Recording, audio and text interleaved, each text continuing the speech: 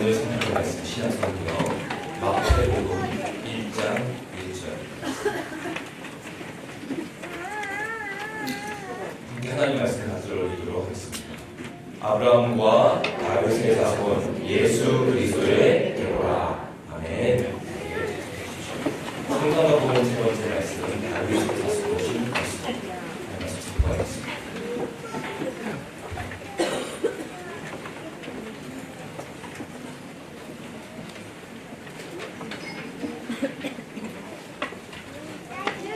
대림절 기간을 맞아서 예수 그리스도의 성탄, 성육신 이후에 우리에게 기쁜 소식이고 복음일 수밖에 없는지 말씀을 나누고 있습니다. 신약 성경을 여는 마태복음은 예수님의 족보 이야기로 시작됩니다. 그리고 그 족보는 시작되면서부터 결론을 먼저 제시하고 있습니다. 그것이 지난주에 읽었고 오늘 읽은 마태복음 1장 1절이었습니다. 아브라함과 다윗의 자손 예수 그리스도의 계보다. 무슨 말입니까? 나사렛 예수는 아브라함의 자손으로 오셨고 또한 다윗의 자손으로 오신 그리스도 곧 메시아이시다. 그분의 족보는 다음과 같다 하면서 아브라함이 이삭을 낳았다. 이렇게 족보가 시작을 펴는 것입니다.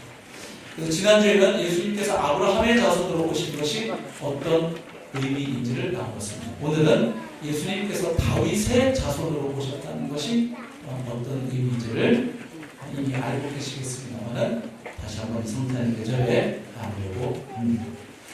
예수님께서 다윗의 자손으로 오셨다는 것은 기본적으로 우선 쉬운 의미가 하나 있습니다. 예수님께서 이 세상에 육신을 입고 오실 때 그냥 아무 집 아무 가문에서나 태어나신 게 아니고 이스라엘 백성들 가운데 특별히 유다 지파, 유다 지파에 속한 다윗 가문에서 태어나셨구나 하는 것을 말해주죠. 그래서 다윗의 혈통으로 이 세상에 오셨구나 하는 의미를 갖습니다. 그러나 지금 마태복음 1장 1절을 비롯해서 신약 성경에서 예수님을 가리켜서 다윗의 자손으로 오셨다고 말할 때 단지 그 정도의 의미를 담아서 말하고 있는 것은 아닙니다. 보다 더 깊고 본질적이고 중요한 의미가 담겨있겠죠. 자, 그 의미를 우리가 다시 한번 정리하기 위해서 다윗의 자손으로 오셨다는 게 무엇인지를 밝혀주는 구약 성경 본문 몇 곳을 먼저 좀 살펴보겠습니다. 먼저 사무엘하 7장 말씀으로 좀 가보겠습니다. 이 말씀은 다윗의 씨로 오시는 메시아 사상의 뿌리가 되는 말씀입니다. 나단 선지자를 통해서 하나님이 다윗에게 하셨던 약속이기 때문에 나단의 신탁이라고도 하고 또 다윗 언약이라고도 하는 유명한 말씀입니다. 사무엘하 7장 12절부터 16절 말씀을 보시겠습니다. 내 소환이 차서 내 조상들과 함께 누울 때에 그 말이 죽을 때에 이 말이죠. 내가 너의 몸에서 날 내 씨를 내 뒤에 세워 그의 나라를 경영하게 하리라. 그는 내 이름을 위하여 집을 건축할 것이요 나는 그의 나라 왕위를 영원히 견고하게 하리라. 나는 그에게 아버지가 되고 그는 내게 아들이 되리니 그가 만일 죄를 범하면 내가 사람의 매와 인생의 채찍으로 징계하느니라. 내가 네 앞에서 물러나게 한 사울에게서 내 은총을 빼앗은 것처럼 그에게서 빼앗지는 아니하리라. 내 집과 내 나라가 네 앞에서 영원히 보존되고 너의 왕위가 영원히 견고하리라 하셨다 하라. 하는 말씀입니다. 이 말씀을 주신 배경은 이렇습니다. 하나님께서 이스라엘의 초대 왕이었던 사울을 폐하십니다. 왜냐하면 그가 하나님의 말씀에 계속 불순종하였기 때문입니다. 이스라엘의 왕은 다른 나라 왕과는 좀 다른 존재입니다. 그렇죠? 이스라엘의 진짜 왕은 누구십니까? 여호와 하나님 한 분이시죠. 말하자면 신정국가예요. 그런데 왕이 세워졌다는 건 뭐냐면 그 하나님의 뜻을 받들어서 하나님의 뜻에 맞게 하나님을 대신하여 하나님의 백성 이스라엘을 다스리고 통치하는 대로 세움받았다. 이런 의미를 갖고 있습니다. 그래서 하나님의 뜻에 맞게 통치를 해야 했는데 하나님의 말씀에 불순종을 했지요.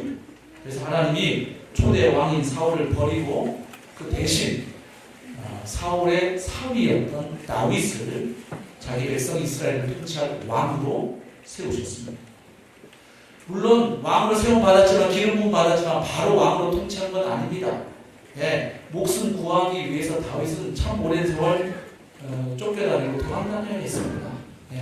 그래서 그가 실제로 왕이 되어서 통치한 것은 한참 뒤의 일입니다. 근데 어찌되었든 다윗이 각고의 노력과 수고의 끝에 마침내 이제 왕권을 안정시킵니다. 그리고 이제 왕궁도 근사하게 짓게 돼요. 근데 그 왕궁에 머물면서 다윗이 무슨 생각을 하게 됩니까? 야, 나는 이렇게 근사한 왕궁에 머물고 있는데 하나님의 집은 다 쓰러져 가니 이게 참 마음이 불편해서 안 되겠다. 그래서 하나님의 집을 다시 새로 성전을 지어드려야 됩니다. 성막이 다 쓰러져 가니까 하나님의 집을 내가 새로 지어드려야지. 이런 결심을 해요. 기특한 결심인데 하나님께서 그 마음을 아시고 어떻게 반응하십니까? 나단 선지자에게 말씀하신 거죠. 야, 다윗이 나를 위해서 집을 짓겠다는데 아니, 내가 다윗을 위해 집을 지어줄 거야. 그게 사무엘하 7장 11절에 나와요. 일종의 이제 워드플레이 하는 거예요. 언어유희. 다윗이 하나님의 집을 지어드리려고 하니까 하나님이 아니, 내가 다윗의 집을 지어줄게. 그리고 다윗은 성전을 못 지어. 이렇게 얘기하시고 주신 말씀은 아까 읽은 말씀입니다. 그리고 이제 나단 통해서 무슨 약속을 주시냐면 다윗의 수명이 이제 다하게 되면 하나님은 그에게 한 일을 행하실 건데 다윗의 씨를 일으켜서 왕 위에 앉혀서 그의 집을 세우겠다. 그리고 그로 하여금 나를 위해서 집을 짓게 하겠다. 그런 말씀입니다. 여기서 다윗의 씨를 이스라엘의 왕으로 삼고 그의 집을 세우겠다는 약속은 무슨 의미일까요? 다윗의 집을 지어주겠다는 것이 다윗이 살 집을 건축해주겠다는 의미는 아닙니다. 이미 다윗은 왕궁을 가지고 있고 그 안에 거하고 있습니다. 여기 하나님이 세워주겠다는 다윗의 집은 바로 다윗 왕족 혹은 다윗 왕가를 뜻합니다. 그러니까 이스라엘의 초대 왕이 사울이니까 베냐민 지파 출신의 사울이니까 원래대로라면 계속 누구에게로 세습돼가야 돼요? 사사하고 다르게 왕권은 세습되고 사사는 세습되지 않는 차이점이 있습니다. 자, 그럼 사울 가문에서 왕이 나와야 되는데 사울을 폐하시고 하나님이 다윗을 선택하신 이후에 그 다윗 이후에 왕들을 계속 누구로 세우시겠다? 다윗의 자손으로 세우시겠다. 그렇게 해서 다윗의 가문 왕족 왕가 세우시겠다는 약속입니다. 그리고 이어서 주신 말씀이 내가 그의 아비가 되고 그가 나의 아들이 될 것이다. 자, 다윗의 씨로서 왕의 자리에 오르는 그 사람을 가리켜서 하나님 뭐라고 하냐면 그가 내 아들이 되고 내가 그의 아비가 될 것이다. 무슨 의미일까요? 그것은 그 다윗의 자손이 하나님을 대신해서 하나님의 백성 이스라엘을 합법적으로 다스리고 통치하는 자, 곧 왕으로 세워주시겠다는 의미입니다. 근데 그걸 왜 아들이라고 표현하냐면 유대사에서 아들의 가장 기본 의미가 있기 때문인데 그것은 상속자라는 뜻입니다. 그러니까 그를 내 아들 삼겠다 이 말은 하나님이 갖고 계신 그 통치권을 누구에게 주어서 그 다윗의 시인 그 존재에게 주어서 그가 하나님을 대신해서 하나님의 아들로서 이스라엘을 다스릴 자로 세워주시겠다 하는 뜻입니다. 그래서 하나님의 대권을 상속받아서 그것을 대행하는 사람, 대신 행하는 사람을 가리켜서 하나님의 아들 이렇게 지금 부르고 계십니다. 그리고 그로 하여금 나를 위해서 집을 짓게 하겠다 할 때 여기서 말하는 집은 하나님의 집, 곧 성전을 가리킵니다. 그래서 하나님의 이 약속이 다윗 왕조를 성립시켜주는 근거 말씀이 됩니다. 요즘 우리식으로 말하면 정권의 정통성을 확보해주는 말씀입니다. 자, 요즘 민주국가에서는 권력의 정통성이 어디에서 확보가 됩니까? 다수 국민의 투표를 통해서 결정되는 겁니다. 그렇죠? 가장 많은 국민의 지지를 받은 사람. 근데 그걸 뭘로 확인하냐면 선거 제도를 통해서 확인합니다. 그래서 가장 많은 투표를 득표한 사람, 가장 많이 득표한 사람을 주권자로 세워주는 거죠, 국민이. 그것처럼 이스라엘에서는 그 통치의 정당성이 어디서 나오는 겁니까? 이스라엘의 진짜 왕이신 하나님의 임명과 기름 부으심에서 나오는 거죠.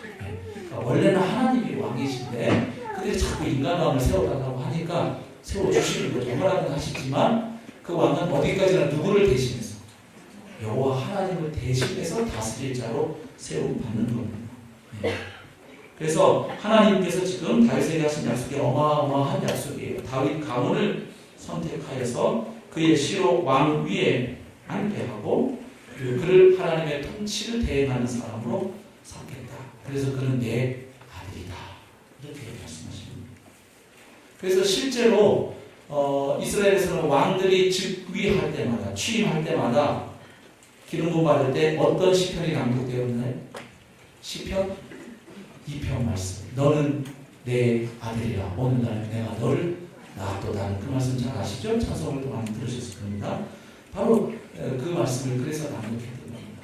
오늘 세워지는 왕은 이제 하나님의 아들로서 진짜 왕이신 하나님의 뜻을 잘 받들어 하나님의 통치를 대행하는 자로 세워받는다 하는 의미에서 하나님의 아들 이렇게 불려져도 것입니다. 자, 하나님의 이 약속이 어떻게 되죠? 일단 누구를 통해서 성취가 되기 시작합니까? 솔로몬을 통해서 성취되기 시작합니다. 맞죠? 예, 다윗의 아들이었던 솔로몬이 이스라엘의 제3대 왕에 오릅니다. 예, 정확하게 다윗의 시로서 왕에 올라서 성취됐어요. 그리고 다윗이 건축하고자 했지만 하나님이 허락하지 않으셔서 할 수 없었던 예루살렘 성전 건축을 누가 해냅니까? 예, 다윗의 아들이 솔로몬이 실제로 해냅니다. 물론 그 재료를 누가 다 준비해놨습니까? 아버지가 다 준비해 놓았었죠. 그래서 이 말씀이 실제로 성취가 되고 그리고 그 이후에 왕들이 계속 다윗의 후손들이 왕이 되는 역사가 이어집니다. 근데 거기에 조금 예상치 못한 그림이 하나 나타나죠. 뭡니까? 다윗에 이어서 솔로몬이 왕이 되므로 다윗 왕조가 이제 성립이 되었는데 이게 얼마 가지 않아서 나라가 두 동강 난다. 북왕국 이스라엘과 남왕국 유다로 나눠지게 됩니다. 언제 일인가요? 솔로몬 다음 왕인 르호보암 왕 때 그것은 정책이 국민들의 지지를 못 받죠. 그래서 그 틈을 타서 누가 나타납니까? 여로보암이라고 하는 사람이 나타나서 백성의 마음을 빼앗죠. 그래서 10지파의 지지를 받아가지고 북왕국 이스라엘, 그 다음에 남왕국은 유다 지파하고 베냐민 지파, 딱 두 지파. 그래서 남왕국 유다. 이렇게 해서 북남으로 나라가 갈라지게 됩니다. 그래서 그 뒤에 역사를 보면 북왕국 이스라엘의 역사는 여로보암 왕 이후에 계속해서 뭐가 일어나나요? 끊임없는 반란과 반역, 쿠데타가 계속 일어나서 결과적으로 왕조가 계속 바뀌게 되는 아주 혼란의 역사를 겪습니다. 그리고 물론 북왕국 이스라엘의 왕은 전부 다윗의 자손들이 아니었습니다. 자, 한편 남왕국 유다는 어떻게 됩니까? 좀 질이 멸렬하긴 한데 남왕국 유다도 그런대로 그래도 나라가 망할 때까지 계속 누가 왕이 됩니까? 하나님 약속하신 대로 다윗의 후손들이 왕이 됩니다. 사울에서 뺏은 것처럼 내가 니네 자손들에게는 뺏지 않겠다 하는 약속하신 대로 지키세요 하나님이. 그래서 바벨론 제국에서 망할 때까지 실제로 남왕국 유다는 물론 왕들이 대부분 거기도 악한 왕들이 대부분이었어요. 선한 왕은 가문에 콩나들 가끔 나오고 남왕국 유다도. 그러나 어찌됐든 하나님 약속을 지키셔서 다윗의 씨가 계속 왕의 자리에 오르는 그런 역사가 진행됩니다. 얼마 가다가 북왕국 이스라엘은 나라가 망합니다. 주전 약 한 722년경에 어느 제국에 의해서 나라가 망합니까? 아스리아 제국에 의해서 북왕국 이스라엘은 멸망합니다. 그리고 북왕국 이스라엘보다 조금 더 유지되는 것 같았던 남왕국 유다도 결국 조금 더 가다가 주전 한 586년경 되는 바벨론 제국에 의해서 역시 남왕국 유다도 망합니다. 그러면 하나님이 솔로몬을 통해서 약속 지키신 거 좋았고 다윗의 자손들에서 왕이 된 것도 약속 지켜서 좋았는데 이렇게 되면 문제가 하나 생깁니다. 다윗의 씨를 통해서 세우는 그 나라는 어떤 나라가 될 것이라고 하나님 약속하셨습니다. 그러니까 사무엘에 보시면 영원한 나라입니다. 그렇죠? 이 세상에 영원한 나라는 누구 나라밖에 없습니까? 하나님 나라죠. 근데 영원할 것 같았던 유다가 얼마 가지도 않아서 많이 모르겠어요. 그러면 하나님의 약속은 어떻게 됩니까? 하나님 거짓말 하신 겁니까? 아니면 약속해놓은 거 못 지키신 겁니까?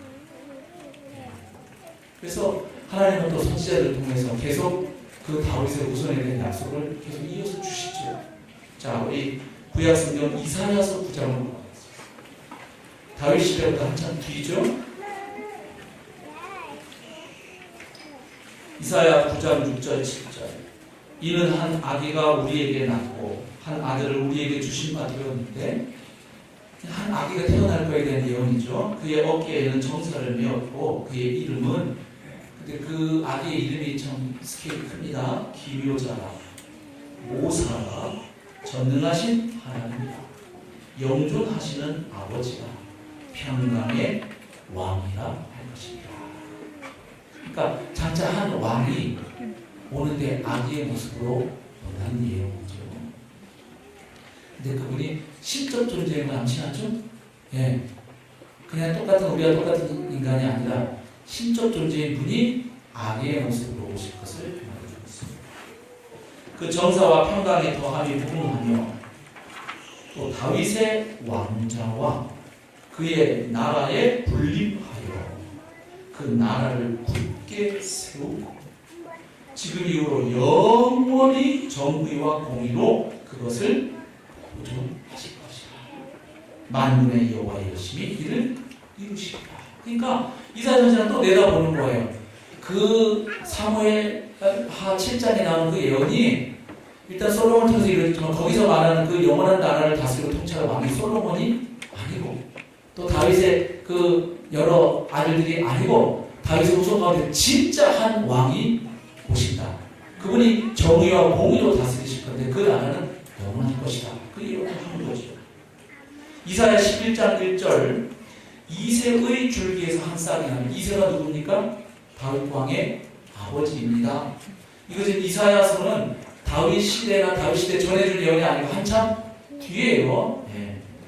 이새의 줄기에서 한 싹이 나면, 그러니까 결국 다윗의 후손 가운데 한 싹이 난다 이 말이죠. 그 뿌리에서 한 가지가 나서 결실할 것이요.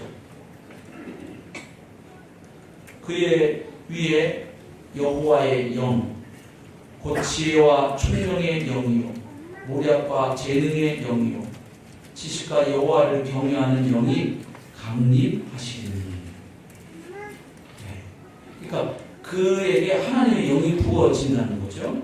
그가 여호와를 경외함으로 즐거움을 삼을 것이며 그의 눈에 보이는 대로 심판하지 아니하며 그의 귀에 들리는 대로 판단하지 아니하며 공의로 가난한 자를 심판하며 정직으로 세상의 겸손한 자를 판단할 것이며 그의 입에 막대기로 세상을 치며 그의 입술의 기운으로 악인을 죽일 것이며 공의로 그의 허리띠를 세우며 성실로 그의 목이 타겠습니다. 계속 나오는 말이 뭐냐면 하나님의 공의와 정의로 다스리고 통치하시는 왕이 오신다.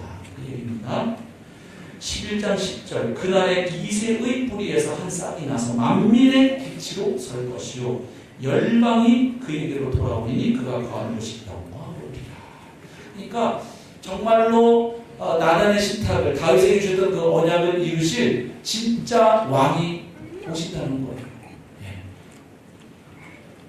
예. 예레미야 23장 5절 6절. 이사야 시대보다 조금 더 세월이 흘러서 이제 유다가 망하는 것을 지켜봐야만 했던 그 눈물의 선지자 예레미야 예언이죠. 여호와의 말씀이니라. 보라, 때가 이르니 내가 다윗에게 한 의로운 가지를 일으킬 것이야. 네, 다윗에게 한 의로운 가지를 일으킬 것이야.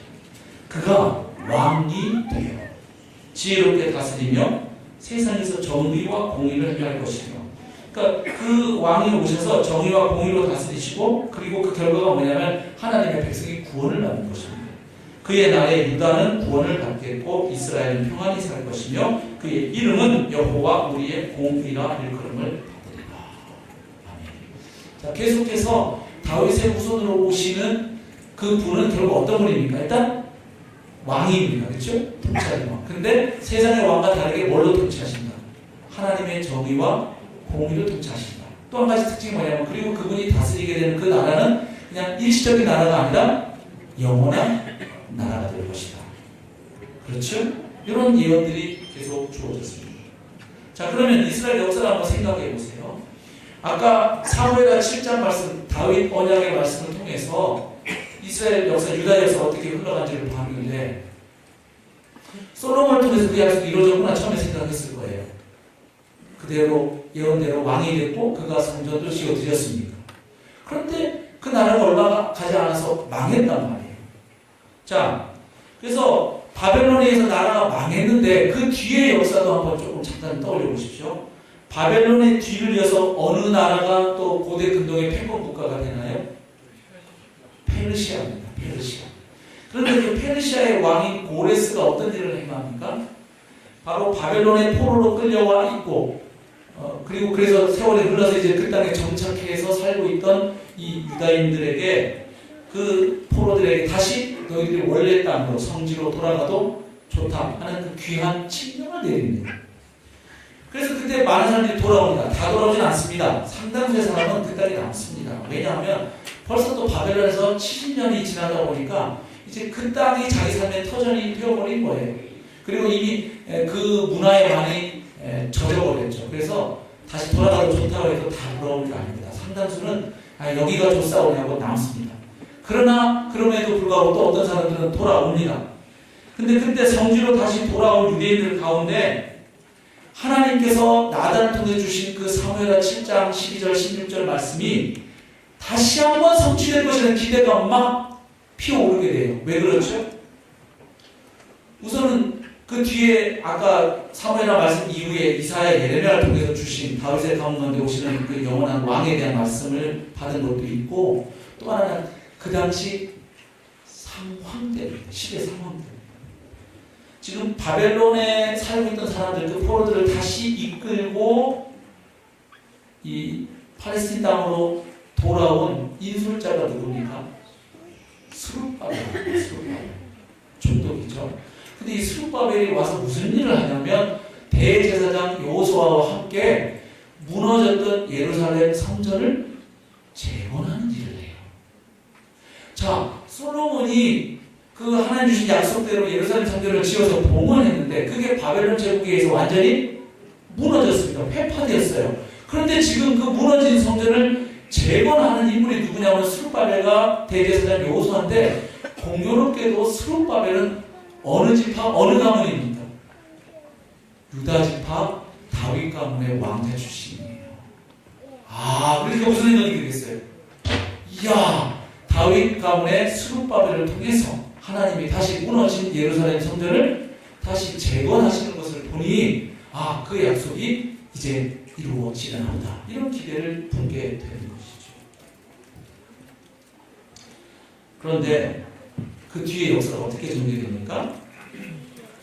기대를 이렇게 한 거예요. 이제 스룹바벨을 통해서 성전 다시 세워지고, 그 다음에 이 무너졌던 끊어졌던 다윗 왕조를 다시 재건해서 하나님이 이 이스라엘을 회복시키셔서 천하 모든 민족 가운데 은뜸되는 민족 삼아주실 것이다. 그리고 우리를 압박하고 못살게 구었던 저 이방 민족도 하나님이 다 싹 징벌해 주실 것이다. 그래서 다윗 시대에 누렸던 그 영광을 다시 회복해 주실 것이다. 그래서 그 경제적으로 부유하고 군사적으로 아주 강했던 그 시절, 정치적으로도 평안했던 그 다윗 시대의 부귀 영화를, 태평성대를 다시금 회복시켜주지 않겠는가, 이런 기대를 했단 말이에요. 근데 다윗 왕조가 재건되었나요? 그 이후에도 이스라엘은 페르시아의 통치를 계속 갔다가 그 이후에는 알렉산더 대왕이 등장하고 난 이후에는 이제 또 어디에 지배를 받습니까? 헬라 제국, 그리스 제국에 속국이 됩니다. 지배를 받습니다. 그리고 알렉산더가 죽고 나니까 또 어디에 지배를 받습니까? 이집트의 알렉산드리아의 근거를 두었던 그 토톨레마이오스 왕조의 지배를 받게 돼요. 그리고 주전 198년부터는 또 시리아의 안정의 근거를 두었던 셀레우코스 왕조의 아주 극악무도한 통치를 받게 됩니다. 그러니까 그들이 기대했던 것과 역사는 다르게 전개되는 거예요. 계속해서 그들은 이방 나라의 식민지였고 아주 고통 가운데 신음하면서 살게 됩니다. 그러나 그러면 그럴수록 유대 백성은 누구를 기다릴까요? 메시아를 기다리는 겁니다. 네. 하나님이 언젠가는 약속대로 다시 한번 다윗의 씨를 일으켜서 그를 왕좌에 앉히고 그리고 무너진 다윗 왕조 끊어진 다윗 왕조를 다시 재건할 뿐만 아니라 이스라엘에게 태평성대를 주어서 이 모든 열방을 다 굴복시킬 것이다. 다 이 이스라엘 앞에 무릎 꿇게 만드실 것이다. 그런 시대를 다시 주실 것이다 라고 믿고 기다리는 게 이게 이른바 예수님이 오실 때 당시에 유대 사회에 있었던 메시아 대망 사상입니다. 메시아 그때 당시 예수님 올 때는 또 어느 제국 밑에 있었나요? 로마 제국의 압제 아래서 신음하고 있었죠. 그래서 이 사무엘하 7장 12절부터 16절 이 말씀이 메시아 사상의 뿌리가 되었기 때문에 메시아를 가리키는 대부분의 호칭이 다 여기서 나왔습니다. 메시아를 가리키는 호칭이 어떤 거냐면 다윗의 아들, 또 다윗의 씨, 다윗의 가지. 그래서 지금 이스라엘 국가에 뭐가 그려져 있어요? 다윗의 별. 이스라엘 국기 잘 보세요. 네, 거기 보면 다윗의 별이 그려져 있어요. 그리고 또 하나가 하나님의 아들. 왜냐하면 아까 주신 약속이 뭐예요? 다윗의 씨를 왕의 자리에 앉히고 그를 누구의 아들로 삼으시겠다? 하나님의 아들로 삼으시겠다고 하셨잖아요. 그래서 메시아를 가리키는 호칭 중에 하나가 또 하나님의 아들이라는 이름이 생깁니다.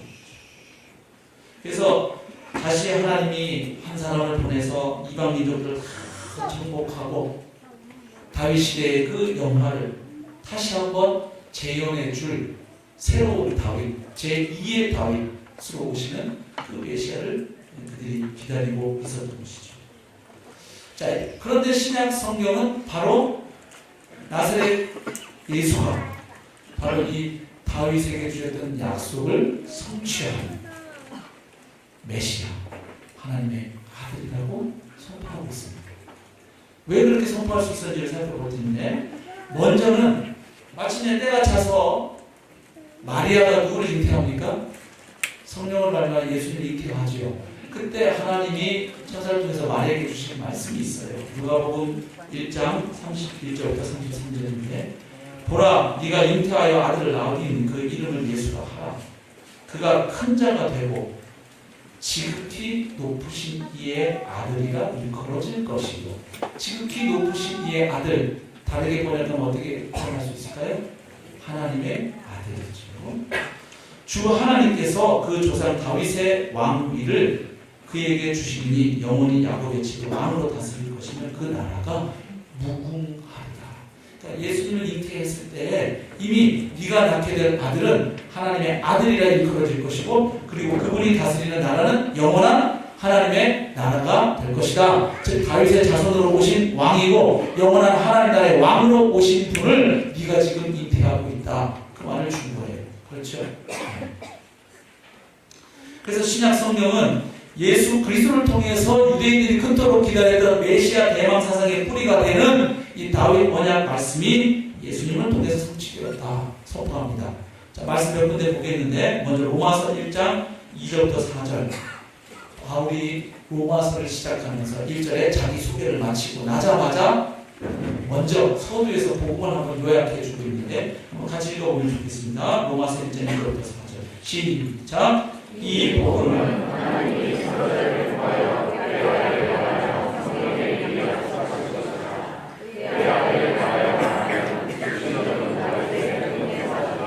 성결의 여러분은 죽은 자를 가운데서 부활하사 능력으로 하나님의 아들로 선포되셨으니 곧 우리 주 예수 그리스도시니라. 아멘. 자, 자신은 하나님의 복음을 위해 택정함을 입은 사도라고 그리스도의 종이라고 소개한 다음 자신이 전하는 복음을 이렇게 설명합니다. 먼저 이 복음은 역사성을 가진 메시지라는 거예요. 어느 날 갑자기 우발적으로 하늘에서 뚝 떨어진 소식이 아니고 오래전부터 하나님이 약속해 오시던 바가 마침내 때가 차서 역사 가운데 그 하나님의 약속이 성취된 기쁜 소식이라는 이야기를 먼저 합니다. 이 복음은 하나님이 선지자들을 통하여 그의 아들에 관하여 성경에 미리 약속하신 것. 갑자기 툭 튀어나온 이야기가 아니라 오래전부터 하나님이 약속해 오시던 그것이 마침내 이루어지고 성취된 소식이 복음이다 얘기하죠. 그 다음 그의 아들에 관하여 말하면, 그런데 아까 약속을 하셨는데 누구에 대해서 특별히 약속했냐면 그의 아들에 관하여입니다. 그래서 결국 복음의 핵심은 누구에 대한 메시지냐? 하나님의 아들에 대한 메시지라는 거예요. 소식이라는 거예요. 그래서 그의 아들에 대해서도 요약을 하는데 그의 아들에 관하여 말하면 육신으로는 다윗의 혈통에서 나셨고, 예수님 다윗의 혈통에서 나셨죠. 예수님의 법적 아버지인 요셉은 다윗 후손이거든요. 성결의 영으로는 죽은 자들 가운데서 부활하사 능력으로, 여기 엔두나메이 하는 분인데 여기 한글 성경은 부사로 많이 번역되어 있는데 사실은 헬라사로는 형용사로 더 번역이 자연스러워요. 능력이 있는, 권능이 있는 하나님의 아들로 선포되셨다.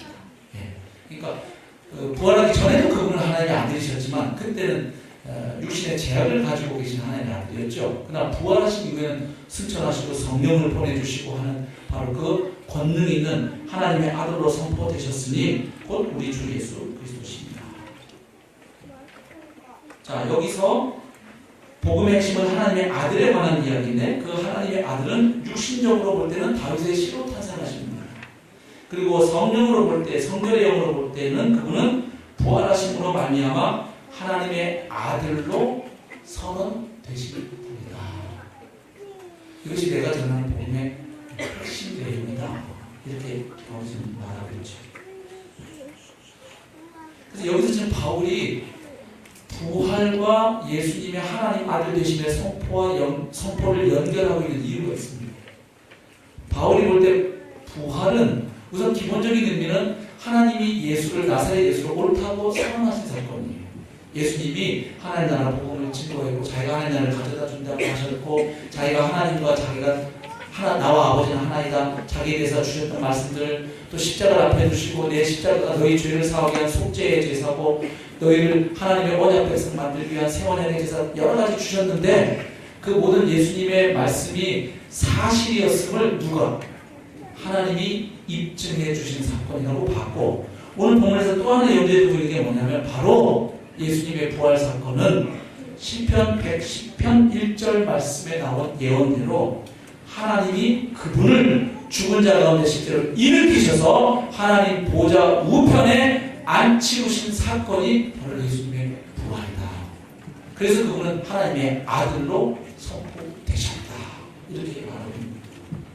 아까 사무엘하 7장 12절 보면 너의 씨를 내가 일으켜서 내 왕위에 앉히리라 이렇게 말씀하셨어요. 맞죠? 바울은 예수님의 부활을 통해서 어떻게 성취됐다고 하냐면 하나님이 예수님을 죽은 자 가운데 일으켜서 자기 우편에 앉게 하시고 하나님의 통치를 대행하는 자기 아들로 선언하셨다. 그래서 그분은 주이시다. 그래서 끝에 주 예수 그리스도시다. 이 말은 예수는 주요 그리스도이시다. 이렇게 표현할 수 있는 거죠. 그래서 결국 바울은 예수님이 다윗의 자손으로 오셨다는 건 뭐라는 걸 말하는 거예요. 그분의 죽음과 부활로 말미암아 그분이 하나님을 대신하여 세상을 다스리고 통치하는 만왕의 왕 만주의 주로 등극하신 분이다. 왕으로 오신 분이다. 주다. 이 말을 하고 있는 거죠.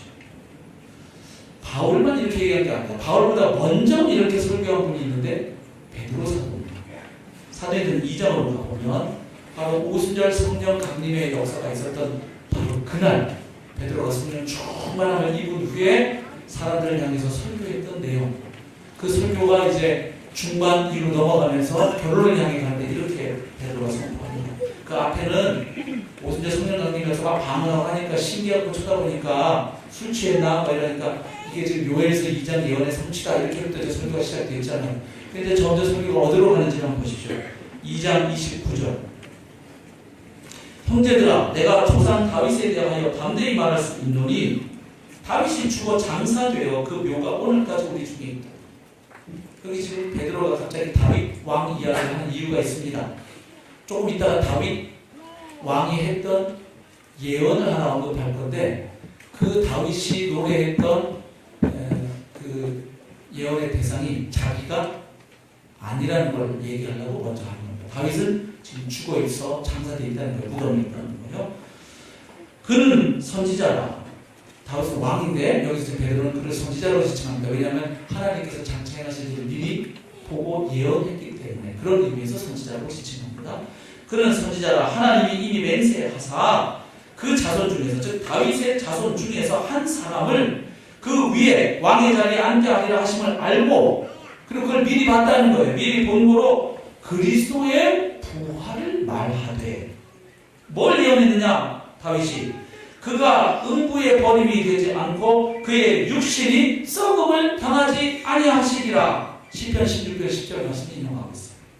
메시아에 대한 예언인데, 이렇게 다윗이 예언을 하더니 그 예언 그대로 이 예수를 하나님이 살리십니다. 우리가 다 이 일의 증인이로다. 하나님이 오른손으로 예수를 높이심에 부활과 승천을 받는 거예요.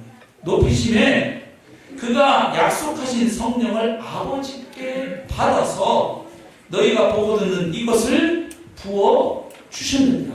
자, 이 말을 하는 이유가 뭐냐면, 바로 그 예언에 따라서 하나님이 예수를 살리셨고 승천시키셔서 하나님 보좌 우편에 앉게 하시고, 그리고 그 하나님 보좌 우편에 앉은 예수님이 아버지께로부터 성령을 받아 지금 보내주신 결과 지금 너희가 보는 바로 지금 이 일이 일어나고 있다. 이 말의 의미는 뭐냐면, 너희가 죽인 예수가 부활했을 뿐만 아니라 지금 하나님 보좌 우편에 왕으로 주로 등극하고 계신다. 그 말이죠. 네. 이것을 부어주셨느냐. 다윗은 하늘에 올라가지 못했으나. 여기 또 이 얘기하는 거예요. 그 예언, 거기서 말하는 주가 누가 절대 아니다. 다윗 자기 얘기한 게 아니다. 그는 지금 죽어서 무덤에 썩어 계신다. 이 말이에요. 그리고 그는 하늘에 올라간 적도 없다. 다윗은 하늘에 올라가지 못하였으나 친히 말하여 이르되. 그리고 이번에는 시편 110편 1절을 베드로가 인용합니다. 주께서 내 주에게 말씀하시기를. 자, 여기 주가 두 번 나와요. 주께서 하는 주는 누굽니까? 하나님입니다. 그 다음에 내 주에게 할 때 내 주는 누굽니까? 하나님의 아들 메시아입니다. 예. 그래서 하나님이 내 주라고 다윗이 걷는 그분에게 말씀하시기를, 내가 너의 그 모든 원수들로 너의 발등상이 되게 하기까지. 발등상이 된다는 건 그 앞에, 왕 앞에 뭐 한다는 뜻입니까? 발 아래 놓이다, 굴복한다 이 말입니다. 다 모든 그 권세와 세력들, 악한 세력들이 예수 그리스도의 발등상 앞에 다 굴복할 때까지 너는 어디에 있으라? 내 우편에, 하나님의 보좌 우편에 앉아 있으라 하셨도다 하였으니. 이 말을 왜 지금 여기서 베드로가 합니까? 이 구절이 누구에게 성취됐다는 거예요? 바로 성경대로 십자가에 죽으시고 부활하신 예수 그리스도에게 이 성취되었다. 지금 너희가 그 증거를 보고 있는 거야, 이 얘기하는 거예요. 지금 성령이 바로 그 하나님 보좌 우편에 오르신 그분이 약속하고 올라가셨는데, 그분이 보내서 지금 이 일이 일어나고 있다. 지금 베드로가 그 말하는 거죠. 예. 그런즉 이스라엘 온 집은 확실히 알지니 너희가 십자가에 못 박은 이 예수를. 그래서 설교 결론 이렇게 맺는 거예요. 그분이 부활하심으로 말미암아, 그분을 살리심으로 말미암아 하나님이 그 나사렛 예수를 어떤 분으로 선포하셨느냐? 주와 그리스도가 되게 하셨느니라. 아멘. 주와 그리스도. 주는 원래 여호와 하나님께만 붙이는 붙임이에요. 예, 모든 것을 다스리고 통치하시는 주권자를 가르쳐요. 예, 그래서 지금 하나님 보좌 우편에 앉으신 그분이 성령을 보낸 이 사건을 통해서 예수님이 바로 이제는 하나님과 동등한 하나님의 아들로서 하나님 보좌 우편에서 바로 이 세상을 다스리고 계십니다. 그 증거가 지금 너희가 보는 이 성령의 역사이다. 베드로가 어쩌다 한 번 한 게 아니에요. 5장 30절에서 또 베드로가 설교하면서 이렇게 선포합니다.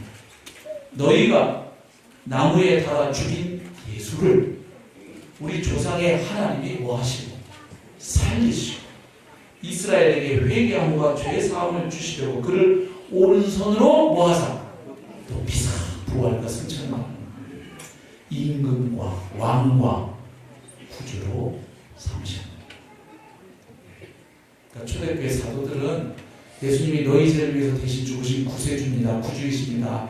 그래서 예수 믿고 구원받으세요. 그래서 구원받게 한 다음에 근데 그 예수님이 주님이시거든요. 주제권 인정하세요. 그렇게 선포하지 않았어요. 처음부터 선포한 복음이 성경대로 죽으시고 부활하신 예수는 주시오 그리스도시다. 아멘. 이 설교를 듣고 그날 3,000명이 침례받아 예루살렘 교회가 출발했던 겁니다. 교회의 스타트는 바로 이 믿음으로 출발한 거예요. 그러니까 자꾸 이렇게 구주와 주님 나누고 주님 얘기하면 주제권 보니까 희한하게 오해하는 분들이 계시는 것 같은데 사도들이 선포했던 복음을 잘 읽어보시면 합니다. 그래서 여기서 지금 강점이 뭐냐면 바로 부활하신 예수님은 다윗의 자손으로 오셔서 영원한 하나님의 나라를 가져다 주실 그 왕으로 오신 분, 그리고 하나님의 아들로서 오셔서 하나님을 대신하여 다스리시는 바로 그분이 예수 그리스도시다. 이렇게 전파한 거예요. 그래서 결국 예수님이 다윗의 자손으로 오셨다는 것은 어떤 의미입니까? 혈통적으로 일단 다윗의 후손으로 오시는 건 당연하고 그렇게 오셔서 다윗의 왕자에 앉으실 뿐만 아니라 하나님 보호자 우편에 왕으로 등극하여 하나님과 더불어 혹은 하나님을 대신하여 온 세상을 다스리고 통치하실 왕, 만왕의 왕, 만주의 주, 바로 그분이 예수 그리스도이심을 선포했던 것이죠. 그러니까 예수님이 다윗에서 오셨던 단지 이스라엘이라고 하는 다윗의 나라를 육신적으로 재건하고 그들에게 다윗 시대에 주어졌던 그 번영과 부강함을 재현해주는 그런 육신적 메시아가 아니라 다윗의 나라를 통해서 하나님이 보여주고자 했던 것, 그 하나님의 정의와 공의의 통치를 다윗의 나라를 통해서 보여주고 싶어 하셨죠. 모형이었단 말이에요. 근데 그 나라는 제대로 그걸 다 해내지 못하고 망했던 나라죠. 그래서 그 나라를 통해서 하나님 보여줬던 그 참된 하나님의 나라를 진짜로 이 세상에 가져다 주신 분이 바로 십자가에서 죽으시고 부활하신 예수 그리스도. 진정한 하나님의 아들, 진정한 다윗의 나라, 영원한 나라를 세우시고 진정한 성전, 그 무너질 수밖에 없었던 예루살렘 건물 성전이 아니라 예수의 피로 말미암아 성령으로 말미암아 거듭나 하나님의 언약 백성이 된 교회 공동체, 그 공동체가 곧 하나님의 성전이라고 신앙스럽게 얘기합니다. 하나님의 거하시는 전이라고 얘기해요. 그래서 그 참된 하나님의 성전을 자신의 죽음과 부활로 세우신 예수 그리스도, 바로 그분이 나단 선지자를 통해서 주셨던 다윗의 언약을 이루신 바로 그분이시다. 이렇게 선포했던 것이죠. 근데 안타깝게도 유대인들은 그 복음을 잘 많은 경우에 받지 못했습니다. 왜요? 그들이 기대했던 메시아는 다시 다윗 시대를 재현해서 다윗 왕들을 재건하고 이방 나라들을 다 밟아버리고 그리고 경제적인 부유함, 군사적인 강대함을 가져다주고 정치적인 안정을 가져다줄 그 정도의 메시아로만 기대했던 거예요. 그래서 요한복음 6장에 보면 예수님이 6월절에 광야에서 5,000명 먹이는 기적을 행하셨을 때 어떻게 합니까? 예수님을 잡아서 뭘 삼으려고 그래요? 왕을 삼으려고 그래요. 왜냐하면 5,000명이 먹는 그 급식 기적을 그들이 오병이의 기적을 경험하고 나서 생각이 딱 돌아가는 거죠. 무슨 생각이 돌아갔어요?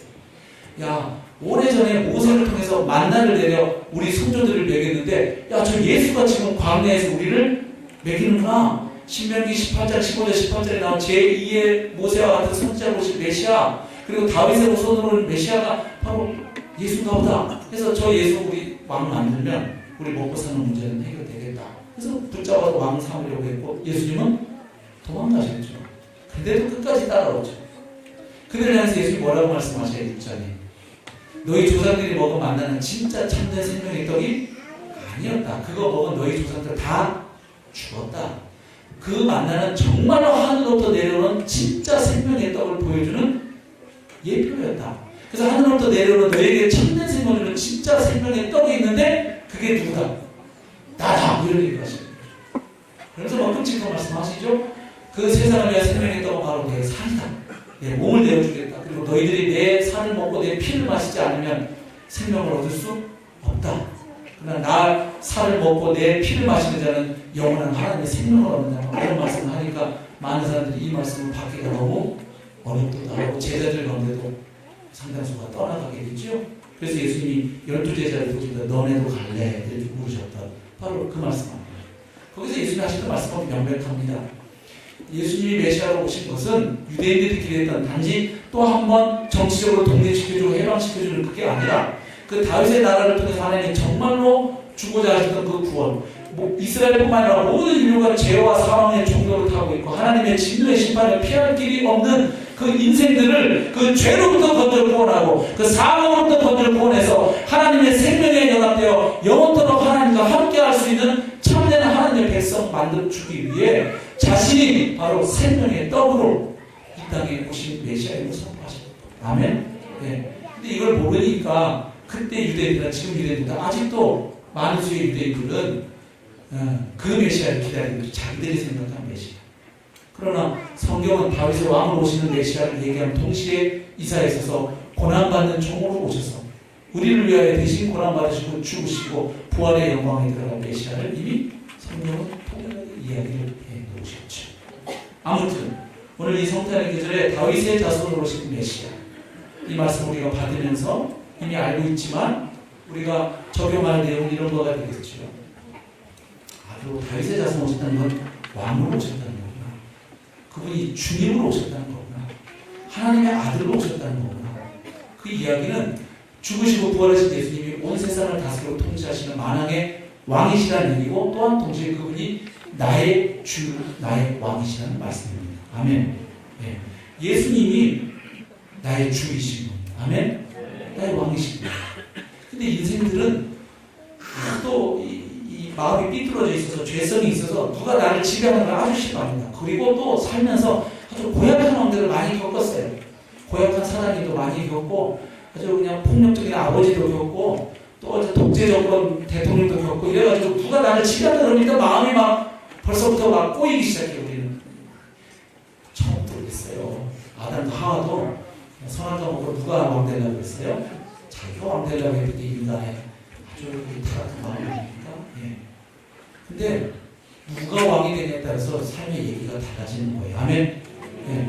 나를 위해서 자기 자신을 십자가에 내어주실 만큼 나를 사랑하시고 아버지의 뜻에 전폭적으로 순종한 예수님이 나의 왕이 되면 그분이 가져다 주시는 참된 생명뿐만 아니라 하나님 나라의 은혜와 복을 누릴 수 있게 되는 것입니다.